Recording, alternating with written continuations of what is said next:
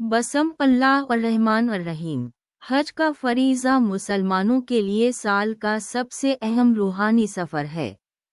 इस सफ़र का एक इंतहाई अहम जोज़ शैतान का रजम है। ये अमल मुनी में वाक़े 3 सतूनों पर कंकरियां मारते हुए अंजाम दिया जाता है। इस अमल से इब्राहीम अलैहिस्सलाम की आज़माइश और शैतान के वसवसों से बचने की अलामती तस्वीर कुशी होती है।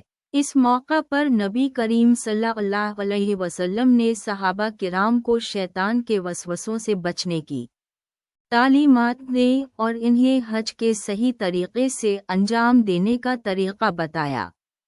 रजम के अमल में इस्तेमाल होने वाली कंकरियां छोटी होनी चाहिए। हर सुतून पर 7 कंकरियां मारने का तरीक़ा बताया गया है। ये अमल सिर्फ शैतान के वसवसों से बचने की अलामत नहीं बल्कि अपने रब की इताअत और शैतान के शर से बचने की कोशिश का इजहार भी है। याद रखें कि हज की ये अजीम फरीज़ा को खुलूस दिल से अंजाम देना ज़रूरी है ताकि अल्लाह ताला की रज़ा हासिल हो सके।